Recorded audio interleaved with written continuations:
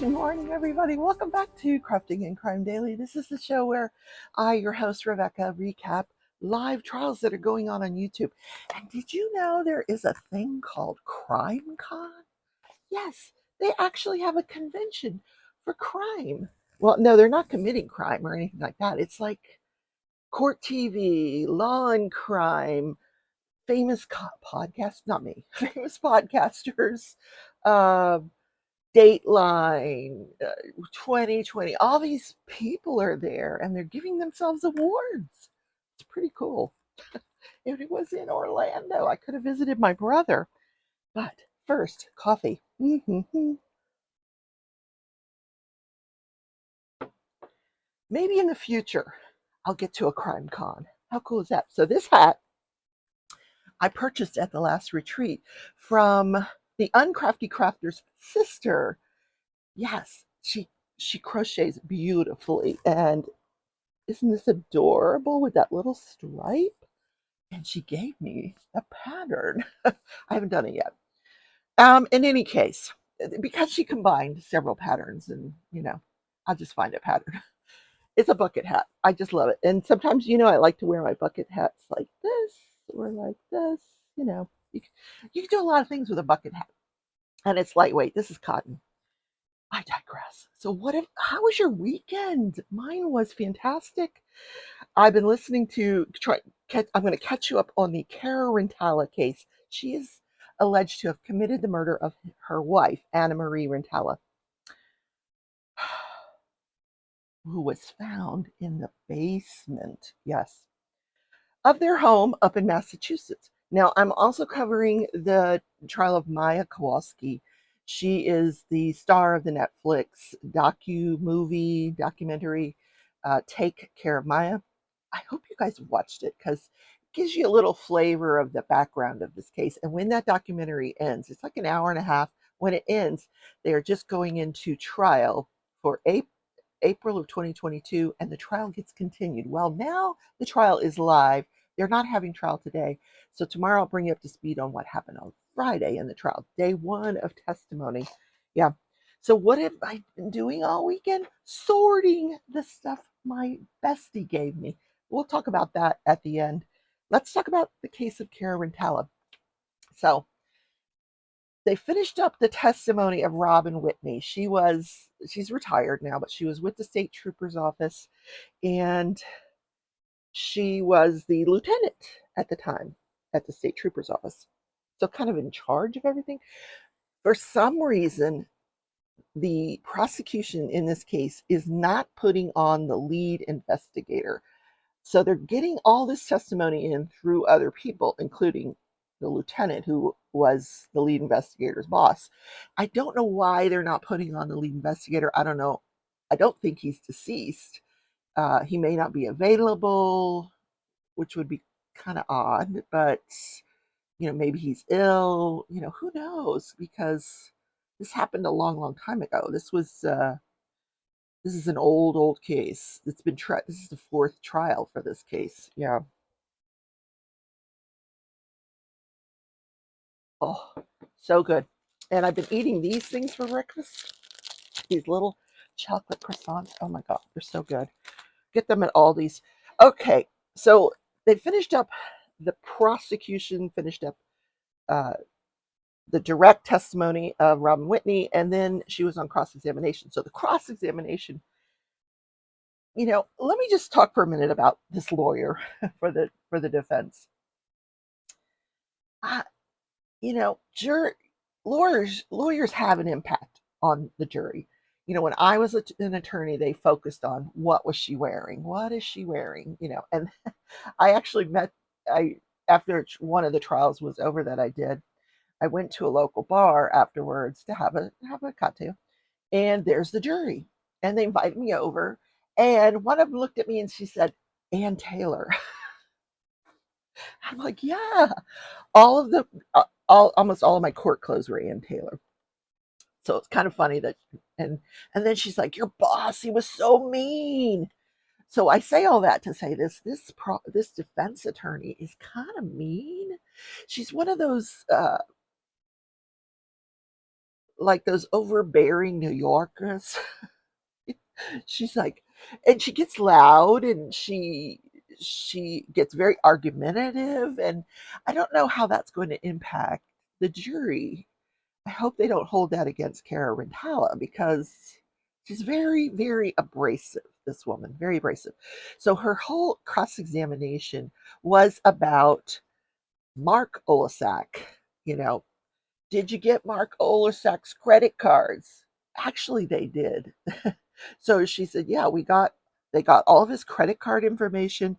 They got, she talked to her about this trip that they took to Connecticut, Mark Olasak and Anne Marie. Apparently, I think here's what was going on. Anne Marie and Mark were just really, really close friends. Very, very close friends. Yeah, I mean, we all have close friends. And I I read to you all the texts that were going back and forth between her and Mark. And there was one text where she was having him, like, the following day, if she hadn't been murdered, the following day he was going to get up at 6:30 in the morning and wait for her. And she said she would get there about 8:30. Well, no one knew what they were talking about. Well, now I know what they were talking about. They were talking about he was going to stand in line for her to purchase a new iPad. She wanted one, and she said, you get there at 6:30, I'll get there at 8:30. I mean, what? That's a good friend that's going to stand in line for you for 2 hours to get you an iPad just so he can get a hug when you get there. Okay, then there was talk about how he sleeps in her pink sleeping bag. He's at the I guess they get to sleep at work because they work long shifts, and he sleeps in her pink sleeping bag. But it comes out later on that he would, even before she was deceased, he would sleep in her pink sleeping bag. I don't know what relevance that has, except maybe he was in love with her. But here's the thing about Mark Olasak: you from the text, you can tell that he knows that Kara's supposed to be off that day, the day of the murders. He knows she's off that day. So why would he come over to Anne Marie's house, knowing that Kara could probably be there?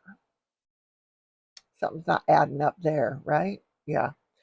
So anyway, Robin Whitney, Lieutenant Whitney, she talked about how they pulled his credit card statements.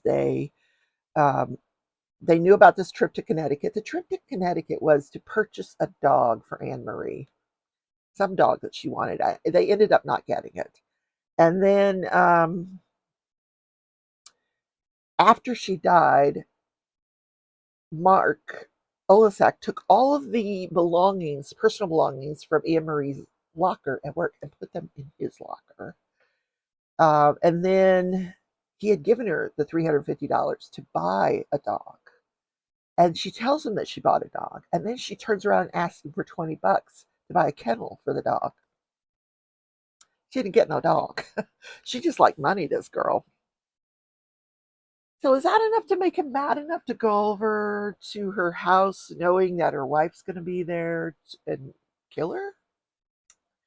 I have a theory based on all of the evidence now of what I think happened for real. And I'm going to tell you that later on. Oh my God, this coffee's good today. Oh, I needed that. I've already walked the dogs. Okay, back to the crime. Yeah, I just have this flight of ideas, and my mind is going in 10 different directions on a Monday morning. Oh, then she talked about this Cara Dinelli. Cara Dinelli. The defense has this theory that it was either Mark Olasak or Cara Dinelli, and that those two should have been focused on as suspects. Well, they kind of were, but they were cleared.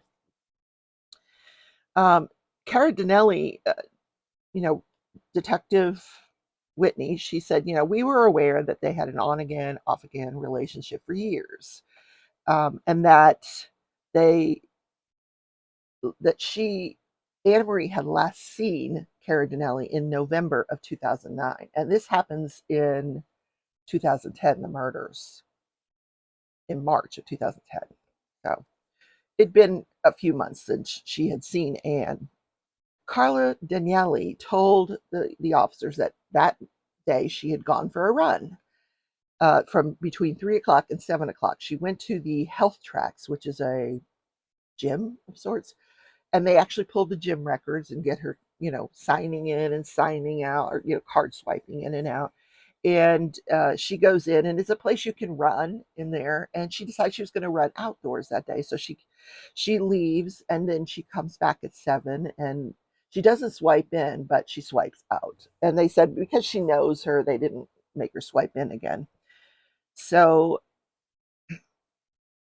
they pulled phone records for both Mark and Cara Donnelly. And the defense attorney asked her, now, didn't you become aware that she used an ATM that was not on the route that she told you she ran that day? And this lieutenant says, I don't recall that. I don't remember that. No, don't remember that. And both of these people were interviewed.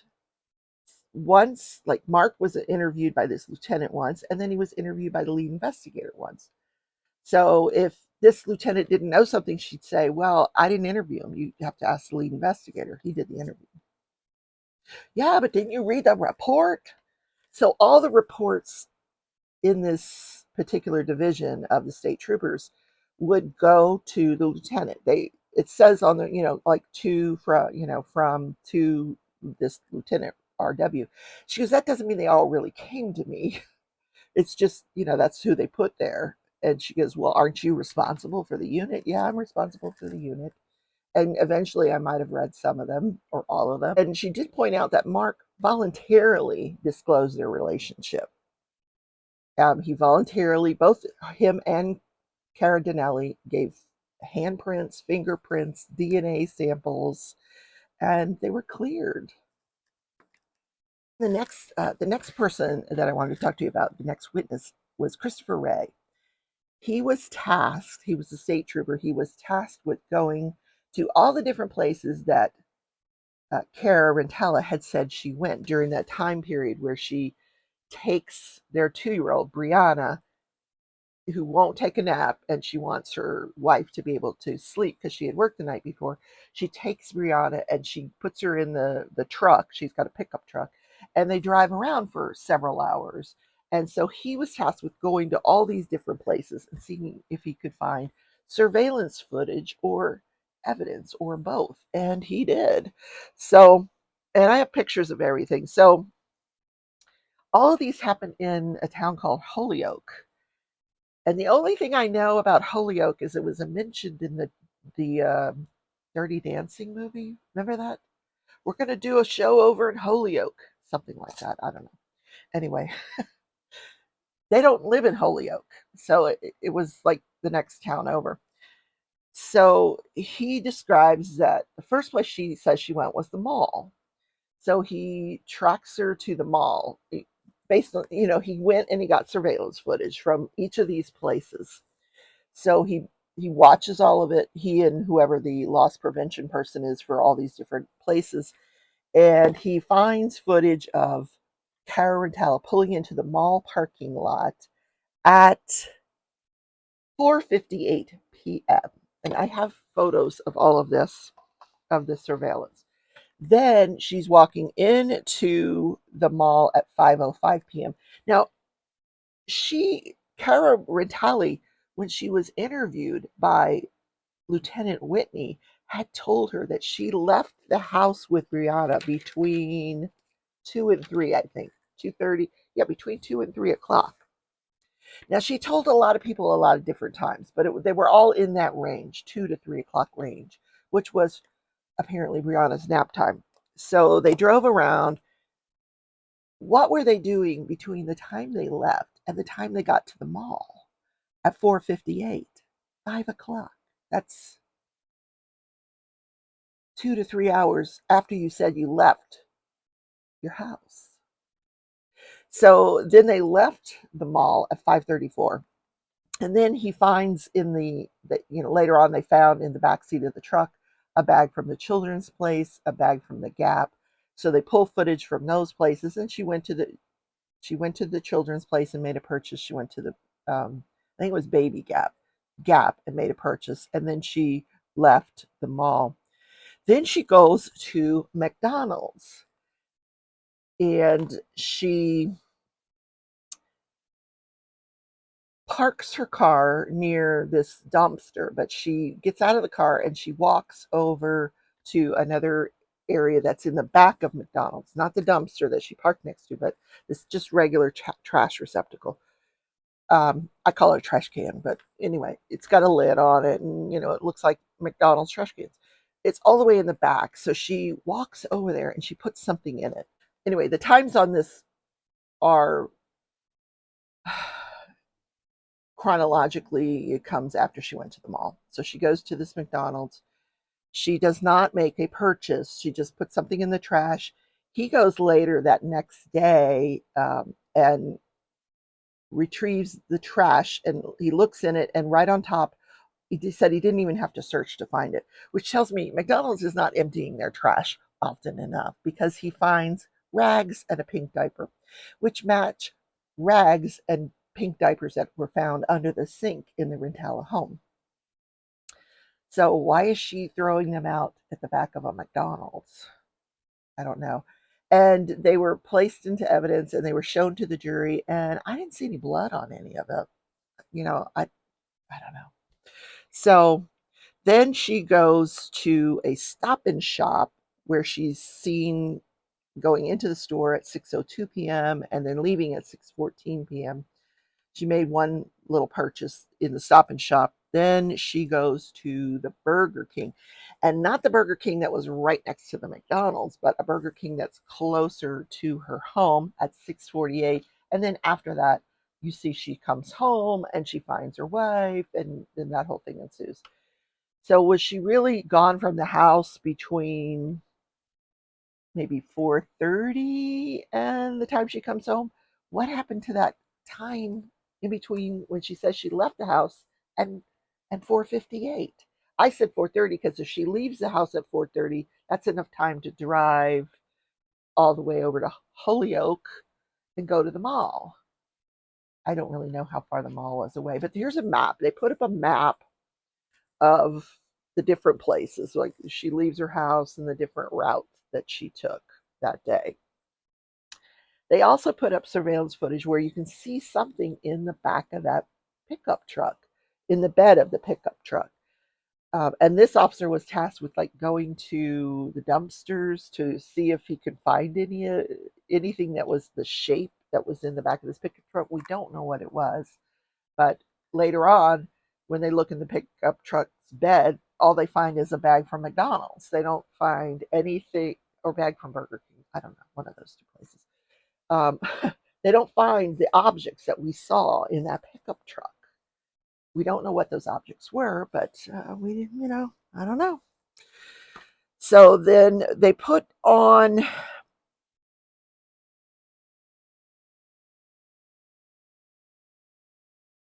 another officer whose specialty is breaking and entering. Like he knows everything there is to know about breaking and entering. And he went out to the property, the home where they found Anne Marie's body. And it had been testified to earlier by one of the crime scene investigators that they found this shovel in the garage that had this white markings on, white marks on the tip of the shovel. And, the shovel's curved. And so they took samples of that back to the lab. And they also found at the side door that everybody had been going in and out of, they found wood chips. So I'm going to show you a picture of this side door. So this expert said that he found tool marks on that door, and you can see the curves. He said they were all curves like a shovel.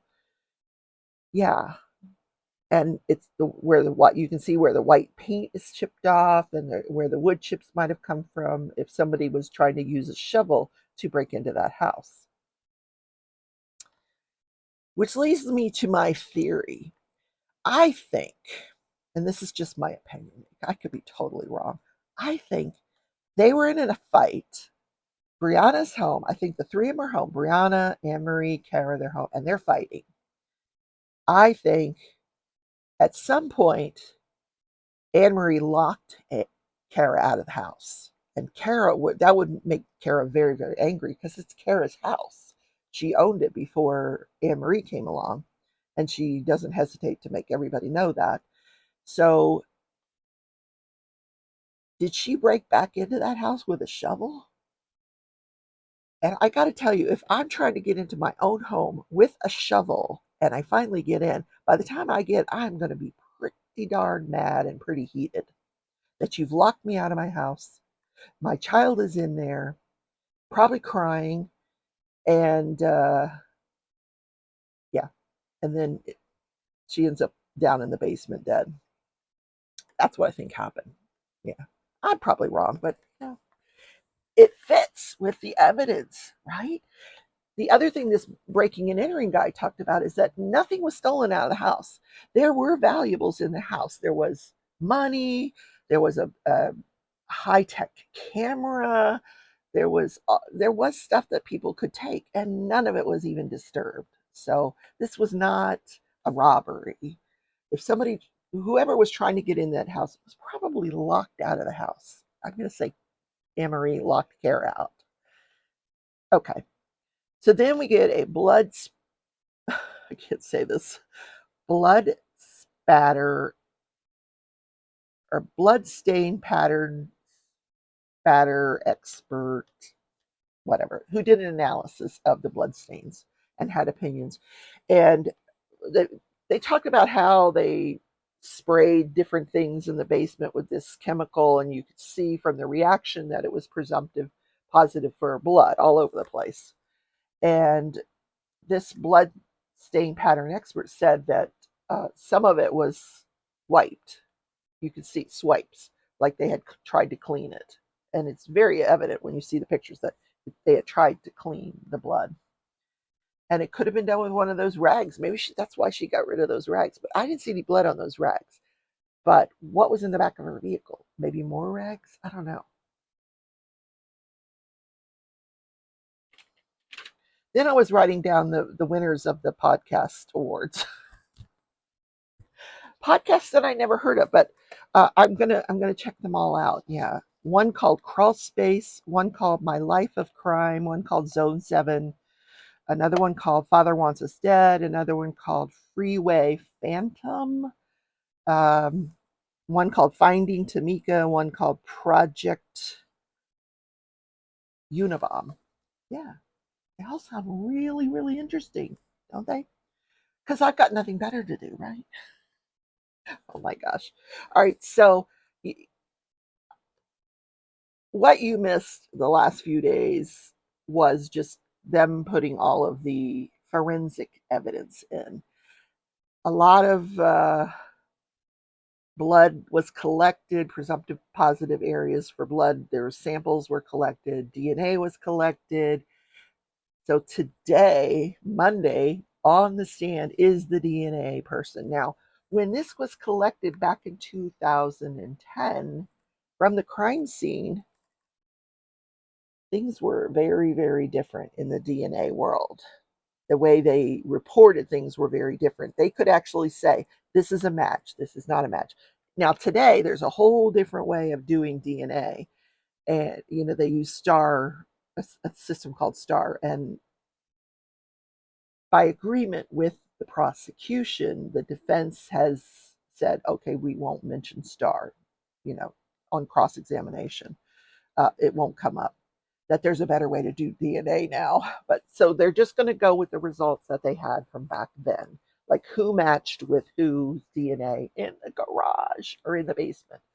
We need to know. We need to know. All right. So that I will bring you tomorrow. Whose DNA was whose in the basement? Honest to God, if you sent this to a jury right now, I think they'd all be very befuddled as to what went on in that basement and who did what to whom. But I don't think Mark or Kara had anything to do with it. I think they were cleared and their alibis checked out.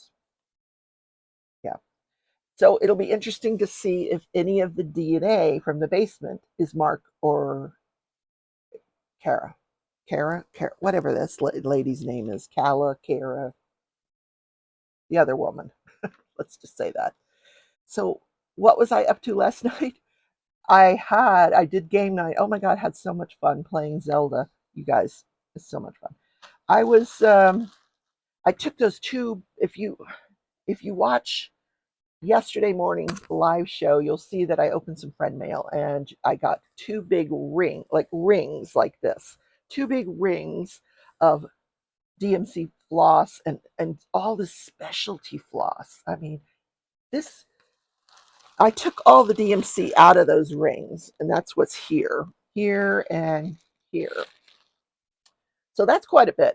So all that's left now on the rings are specialty floss and beads and yeah, a lot of stuff. So what I've been doing with this is going through. I have an app on my iPad called Thread, and I put in the DMC number to see if I already have that color, and then I put how many skeins. Like for example, this had 14 skeins of light pink, and I already had one skein, so now I have 15 skeins of light pink. Actually, no, I didn't have any. I did. This was one that I did not have. Can you believe it? There was one I didn't have. So now I have 14 skeins of it. Yeah. So I've still got to go through all of this and see if I have it in my inventory and all of the floss that's in here. See if I have it in my inventory. Then I have to organize it. Like I have to meld it with my stash. So I'm not confused in the future. I don't know what I'm going to do with all that specialty stuff yet. Um, More to come on that in the future, but it's gorgeous. I'm telling you what, it's gorgeous stuff. Gorgeous stuff. And one of the cross stitch projects that I'm doing is a Christmas tree where I was making the ornaments different colors, and some of that specialty yarn or floss is going to be stunning if I add it into that tree pattern. I think it's going to be really cool. So that's what I was doing last night. Yeah. Have a great Monday night, everybody. And I will see you tomorrow in Crafting and Crime Daily, where I'm going to update you on what happened Friday in the case of Maya Kowalski versus the Children's Hospital. Yeah. See you then. Bye, everybody. I'm going to show you next what's marked as exhibit number 135.